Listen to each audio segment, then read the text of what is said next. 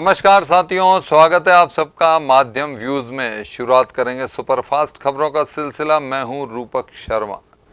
खबर की शुरुआत करेंगे तेजी से इलेक्ट्रॉनिक बाजार में बढ़ती महंगाई से। जी हां, कोरोना काल में कंप्यूटर और मोबाइल से संबंधित सभी उपकरणों में काफ़ी तेजी आई है। दुकानदार ने बताया कि ऑनलाइन एजुकेशन के कारण लोगों को लैपटॉप लेना उनकी मजबूरी बन गई है। पीछे से माल की शॉर्टेज के कारण महंगाई तेजी से बढ़ रही है। जो इलेक्ट्रॉनिक इक्विपमेंट्स हैं कंप्यूटर से रिलेटेड, उनमें कितने वृद्धि हुई है दामों में और क्या लग रहा है क्यों हुई, क्या कारण रहा? कारण तो ये पीछे से जो माल की शॉर्टेज है बस वही रहा है। दूसरा वृद्धि तो हुई है, जैसे कि पहले हमारे लैपटॉप 32-33 हज़ार की रेंज में जो आ जाते थे, आज वही लैपटॉप 40 से 42 हज़ार की रेंज में हमारे खुद के आता है। तो वृद्धि तो हुई है इसमें। और ऑनलाइन क्लासेस से भी प्रभाव पड़ा है? हाँ, ऑनलाइन क्लासेस से डिमांड ज़्यादा है मार्केट में। हर घर में 2 बच्चे हैं तो 2 लैपटॉप भी चाहिए, तो टीचर्स को क्लासेस लेनी भी होती है, तो डिमांड तो मार्केट में है ही इस चीज़ से। और माल की शॉर्टेज है, पीछे से आ नहीं पा रहा है, जिस वजह से माल महंगा हो रहा है, मिल भी महंगा रहा है। पहले कितने रुपए का लैपटॉप आता था लैपटॉप, अब कितने का आ रहा है लगभग? तो पहले 32 से 33 हज़ार स्टार्टिंग रेंज हो जाती थी, वही आज स्टार्टिंग रेंज 40 से 42 हज़ार रुपये। वो अंदाज़ा लगा तो 10 हज़ार के पर लैपटॉप एवरेज। स्क्रीन पर ज़्यादा प्रभाव पड़ा है? स्क्रीन लैपटॉप, हाँ, एलईडी वगैरह तो बहुत ज़्यादा महंगी हुई है। पहले 5 हज़ार के आसपास आ जाती थी, आज वही एलईडी आज 7500 रुपये की। बुधवार को शहर के लगभग सभी मंदिरों में हिंडोले सजाए जाएंगे जो रक्षाबंधन तक रहेंगे। पंडित यज्ञदत्त शर्मा ने बताया कि हिंडोले सभी मंदिरों में सजाए जाएंगे। सावन में भगवान को झूला झुलाने की धार्मिक परंपरा है। वहीं प्रदोष व्रत 20 अगस्त का होगा। श्रावण मास शुक्ल पक्ष में मनाई जाने वाली एकादशी, जिसे कि पवित्रा एकादशी कहते हैं, कल 18 अगस्त बुधवार को बड़ी श्रद्धा के साथ मनाई जाएगी। यह एकादशी पुत्र पौत्रादि की प्राप्ति के लिए, उनकी दीर्घायु के लिए इस एकादशी का व्रत किया जाता है। इसलिए शास्त्रों में इस एकादशी को पुत्रदा एकादशी भी कहते हैं। कल इस एकादशी के अवसर पर कुमार योग और रवि योग का शुभ संयोग संपूर्ण दिन रात विद्यमान रहेगा। इन योगों में कुमार योग व रवि योग के शुभ संयोग में भगवान विष्णु लक्ष्मी जी की पूजा, एकादशी की कथा, भगवान श्री की परिक्रमा, व्रत व दान करने से कई गुना फल की प्राप्ति होती है। इसी एकादशी की कथा और माध्यम के बारे में भगवान श्री कृष्ण ने युधिष्ठिर को भी बताया था। इसलिए इस एकादशी का प्रतिवर्ष विशेष महत्व माना गया है। श्रावण मास में ही 20 अगस्त शुक्रवार को प्रदोष व्रत रहेगा। श्रावण मास में कल बुधवार 18 अगस्त से हिंडोले, जिसे कि झूला महोत्सव भी कहते हैं, मंदिरों में झूला यात्रा और हिंडोले प्रारंभ हो जाएंगे। हिंडोले का समापन रक्षाबंधन वाले दिन 22 अगस्त को श्रावण शुक्ल पूर्णिमा के दिन हिंडोले का समापन होगा। हिंडोलों के अवसर पर भगवान को झूलों में झुलाया जाता है और इस अवसर पर मंदिरों में सावन की मल्हार, गीत, भजन आदि भगवान श्री कृष्ण की चल प्रतिमाओं के रूप में उनको झुला करके गाए जाते हैं और भक्ति आनंद के साथ इस दिन अर्थात रक्षाबंधन वाले दिन 22 अगस्त को श्रावण मास का समापन हो जाएगा। आम आदमी पार्टी अलवर ने आपके मुखिया और दिल्ली के मुख्यमंत्री अरविंद केजरीवाल का जन्मदिन सेवा दिवस के रूप में मनाया। इस दौरान शहर अध्यक्ष जगन्नाथ गोयल के नेतृत्व में कच्ची बस्ती में खाद्य पदार्थ व अन्य सामग्री वितरित की गई। अध्यक्ष ने बताया कि केजरीवाल के जन्मदिन को सेवा दिवस के रूप में मनाया गया ताकि लोगों में भावना जागृत हो। हम केजरीवाल जी की तरह ही एक आम आदमी, जो एक आम आदमी था, आज उस शालीनता से दिल्ली के मुख्यमंत्री पद पर बैठे हैं। इसी विचारधारा के आदमियों के साथ जुड़ना चाहते हैं और यही हम करते हैं कि अपना हिंदुस्तान ऐसे आदमियों को आगे लाए जो अपने हिंदुस्तान की और भ्रष्टाचार, इस पे हम हिंदुस्तान में भ्रष्टाचार जब तक नहीं मिटेगा तब तक हिंदुस्तान की गरीबी नहीं मिटेगी। जय हिंद। आम आदमी पार्टी जिंदाबाद, आम आदमी पार्टी जिंदाबाद। रक्षाबंधन के त्योहार पर बहन अपने भाइयों की कलाई सजाएंगी, इसके लिए इन दिनों राखियों की बिक्री जोरों पर है। पिछले 2 साल से कोरोना महामारी के दौर से गुजरने के बाद अब राखी का बाजार कुछ गुलजार नजर आ रहा है। अनिल राखी उद्योग के बच्चू सिंह जैन ने बताया कि इस बार व्यापार थोड़ा ठीक ठाक सा है, पर कोई नया डिजाइन नहीं बनाया है, लेकिन लोगों को रोजगार मिल गया है, यह भी एक अच्छी बात है। इस तरीके का राखी का सीजन रहा है, क्योंकि 2 साल से लगातार कोरोना झेल रहे हैं। किस तरीके का सीजन है, व्यापार किस तरीके का है, बाजार की क्या स्थिति है, और जो राखी बनाते हैं उनके परिवारों का क्या स्थिति है? देखिए, इस साल जब वक्त होता है राखी बनने का, उस वक्त कोरोना की वजह से पूरे हिंदुस्तान में लॉकडाउन लगा हुआ था। इसकी वजह से देश में, अलवर में ही नहीं, देश के कहीं भी जगह राखियां पूरी प्रॉपर जितनी बननी चाहिए थी नहीं बन पाई। उसकी वजह से जो साधारण डिजाइन जो 2-3 साल से चले आ रहे थे, उन्हीं डिजाइनों को रिपीट करके बनवाया गया। बहुत कोशिश की गई बनवाने की, माल की, लेकिन फिर भी इस साल राखी की शॉर्टेज बाजार में बहुत ज्यादा है, जिसकी वजह से बाजार में राखी की शॉर्टेज बनी हुई है। यूं हमने तो राखी की कारीगरों से काम करवाया है, तो कारीगरों का भी कुछ गुजारा हो गया है, कुछ हमारा भी गुजारा हो गया है।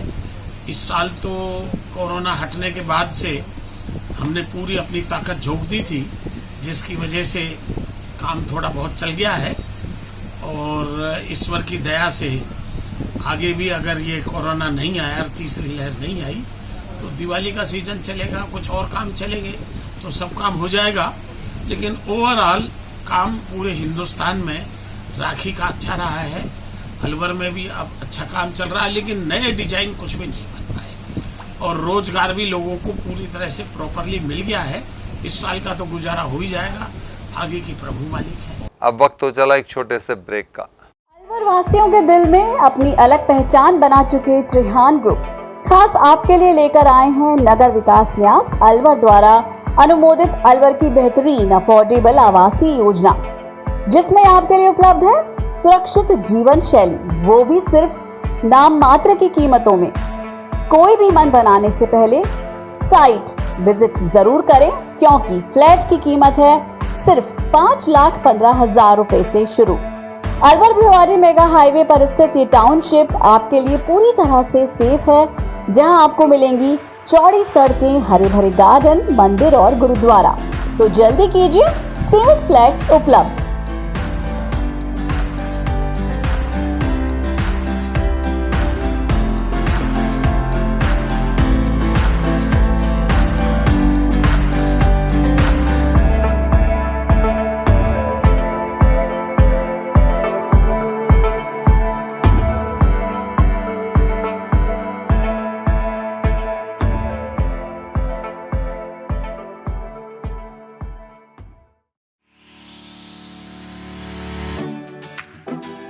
लॉकडाउन का असर लगभग हर बिजनेस पर हुआ है, कहीं पॉजिटिव तो कहीं नेगेटिव।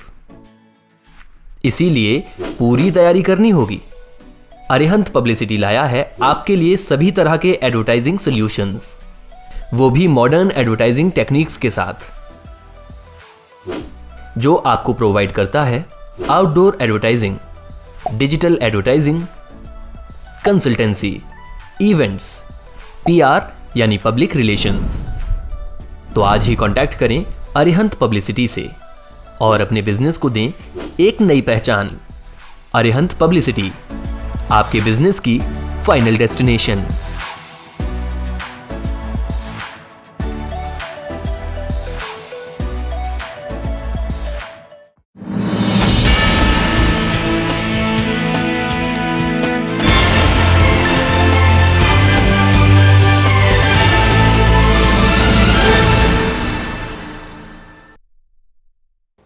ब्रेक के बाद स्वागत है आप सबका। रुक करते हैं खबरों की ओर। किशन कुंड विकास समिति की ओर से जिला सह संयोजक हिमांशु शर्मा को 15 अगस्त पर श्रम मंत्री टीकाराम जूली द्वारा सम्मानित किया जाने पर समिति के पदाधिकारियों ने शर्मा को माला व साफा पहनाकर सम्मान किया। इस दौरान समिति के पदाधिकारी मौजूद रहे। मैं सबसे ज़्यादा आभार व्यक्त करता हूं किसान कुंड विकास समिति के पदाधिकारियों का, जिन्होंने पूरे लॉकडाउन में कंधे से कंधा मिलाकर आम जन की सेवा की, जीव जंतुओं की सेवा की, और तमाम प्रकार के मेरे जितने भी साथी हैं सभी ने घर घर जाकर मदद की। और उसका नतीजा ये निकला कि संपूर्ण जिला प्रशासन ने, हमारे मंत्री जी ने, हमारे प्रशासन के सभी लोगों ने हमारे काम को सराहा। और 15 अगस्त जो कि हिंदुस्तान का सबसे बड़ा पर्व है, आन बान शान का प्रतीक है, 15 अगस्त पर हमारा सम्मान किया गया माननीय कलेक्टर के माध्यम से। सभी को, श्रम मंत्री जी को, तमाम हमारे आला अधिकारियों को और विकास समिति के हमारे पदाधिकारियों को, सबका मैं आभार व्यक्त करता हूं। और इस अवसर पर तमाम पदाधिकारियों ने हर्ष व्यक्त करते हुए सभी का धन्यवाद दिया और यहाँ माला पहनाकर स्वागत किया। तहे दिल से सभी लोगों का हार्दिक आभार और शुक्रिया। अलवर के हृदय स्थल कहे जाने वाले होप सर्कस के पास इन दिनों गायों का जमावड़ा लगने से लोग खासे परेशान हैं। स्थानीय दुकानदारों ने बताया कि गायों का जमावड़ा इकट्ठा हो जाता है, जिसके कारण लोग घायल हो रहे हैं। प्रशासन को कई बार सूचना देने के बाद भी प्रशासन कोई सुध नहीं ले रहा है। सभी रास्ते वाले आने जाने वालों को सबको परेशानी हो रही है और ये नगर परिषद की लापरवाही है, मिली भगत से ये काम हो रहा है। और गायों को जब मन में आए, जब वहाँ से कोई सूचना आ जाती है तो बंद कर लेते हैं और बिना सूचना के ये छोड़ देते हैं। कोई मिली भगत से काम हो रहा है सारा। आम जनता परेशान हो रही है, किसी के सींग मार दे, किसी को अगर शिकायत करना कोई वाला होता नहीं है, और शिकायत करे तो किसके पास करे, कोई सुनने वाला ही नहीं है। झुंड खड़ा है, इससे आवागमन प्रभावित हो रहा है, क्या कहना है? अब देखो, ये तो नगर परिषद का काम है सब। ये नगर परिषद का देखना चाहिए कि इसको, भाई आम जनता परेशान हो रही है, आने जाने वाले हैं, सबका रास्ता रुका हुआ है, किसी के साथ कोई भी घटना हो है, लेकिन उसका तो जिम्मेदार तो नगर परिषद ही है। वैसे तो कहते हैं कि हर जगह अतिक्रमण हो रहा है, फलाना हो रहा है, लेकिन गायों के बारे में 1% भी सुना नहीं है किसी की भी, किसी भी इसका कोई रोक करे या कोई आगे कार्रवाई करे। कुछ घंटों के लिए होता है, उसके बाद में फिर यथास्थिति हो जाती है। करीब 3 और 3.5 के बीच में झुंड के झुंड आते हैं ये, और इनके मालिक लोग भी मौजूद हैं।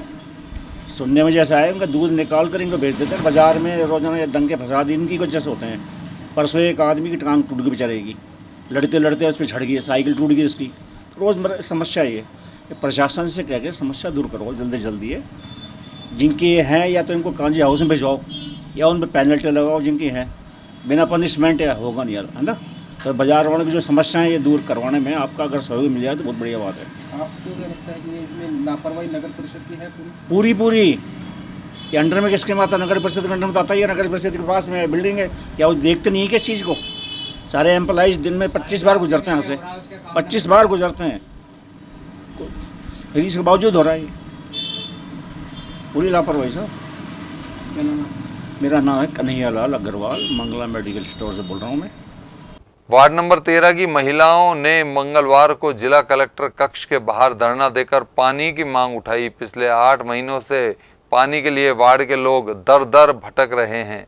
महिलाओं ने बताया कि पार्षद को भी इस बारे में सूचना दे दी, लेकिन कहीं कोई सुनवाई नहीं होने के कारण बड़ी परेशानी का सामना करना पड़ रहा है, जिसके चलते आज यह कदम उठाया है। पुष्पा गुप्ता। किस तरह समस्या आ रही है? हम 13 नंबर वार्ड से हैं। हमारे पानी की समस्या है और आज नहीं, आज कम से कम 8 महीना हो गया। पानी उधर को आती नहीं बिल्कुल भी। हमारी जो सामने वाली गली है वो हमें खूब आती है पानी, और बिना मोटर के पानी आती है, लेकिन उधर की गली के नहीं आती। कितने घरों में पानी नहीं आता? कम से कम 20-25 है। तो आज आप धरने पर बैठे हैं? हम लोग बहुत पहले घूम लिया, सबके पास गए, यहाँ जहाँ पे कहीं वहाँ पे गए। आज हमने बेबस के ये काम करना पड़ा। बच्चे इनको घर में छोड़ छोड़ के इधर उधर से पानी लाते हैं, और कमर में, हाथ में, पैर में, मतलब इतना दर्द होता है जो रात को जब तक ना दवाई लो तब तक नींद नहीं होती। पानी वार्ड में आता नहीं है और बिजली का बिल, पानी का बिल आ जाता है? पानी का बिल खूब आता है, हर महीना टाइम पे बिजली का बिल या नल का बिल भरता हूँ, लेकिन पानी नहीं आता बिल की उस घर की। अब यहाँ पे धरना कब तक चलेगा आपका? अब जब तक ना हमारी सुनवाई ना हो रही। रेखा शर्मा।